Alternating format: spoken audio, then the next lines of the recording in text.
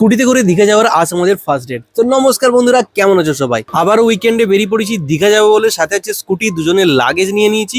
আর এই যে পা রাখার জন্য স্ট্যান্ডে অর্ডার দিয়েছি, তোমরা অনলাইনে দিতে পারো। এখন বাজে 6:23, চলো। রাধামণি বাজারে এখনো জাস্ট ভিড়টা দেখো। তো তোমরা কি এখানে এখানে কারা কারা শপিং করতে আসছো কমেন্ট করে জানিও। অনেকটা রাস্তা যাব, তাই পেট্রোল পাম্পে এসে ট্যাঙ্কিটা একদম ফুল করে নিলাম। এবারে সেই টার্নিং এর পালা। এই জায়গাটা তোমরা কে কে চিনতে পারছো কমেন্ট করে জানিও। নাচিন্দা মায়ের মন্দির, রাত্রেবেলা আলো জ্বলতে কতটা সুন্দর লাগছে মন্দিরটা। রূপসী বাইপাসের কাছে এসে আবার বৃষ্টি শুরু হয়ে গেছে, তাই এবার রেনকোট পরা চলছে।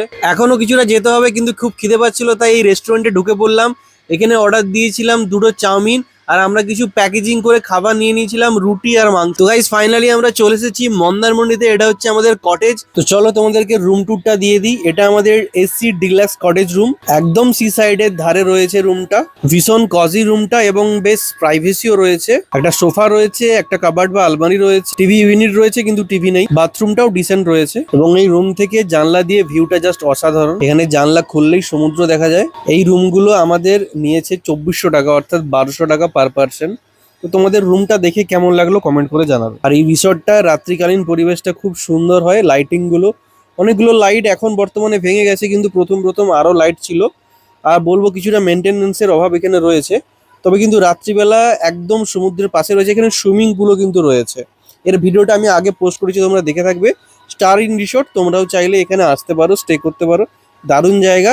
পার্কিং প্লেসও রয়েছে এখানে এবং সামনে বেরিয়েই অনেক কিছু খাবার দোকানও রয়েছে। এরপর আমরা কটেজ থেকে হাঁটতে হাঁটতে গঙ্গা মন্দির দেখলাম, তারপর চলে এলাম একদম সি সাইডে।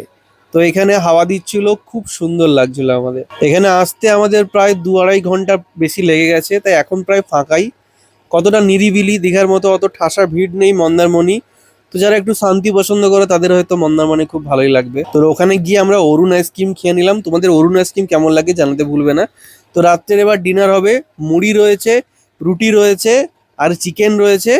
তো এই রুটি আর চিকেনটা আমি খেয়েছিলাম, আর ও মুড়ি আর চিকেন খেয়েছিল। এই ভিডিওটা কে কোথা থেকে দেখছো অবশ্যই কমেন্ট করে জানাবে। ভিডিওটা ভালো লাগলে লাইক আর শেয়ার করে দিও। এর পরবর্তী পার্টে আসছে মন্দারমণিতে আমরা সকালটা কিভাবে কাটালাম, কি খেলাম। আর মন্দারমণি থেকে দীঘা থাকছে পুরো একদম মেরিন ড্রাইভ। সেটার জন্য পেজটা ফলো করতে ভুলো না। টাটা।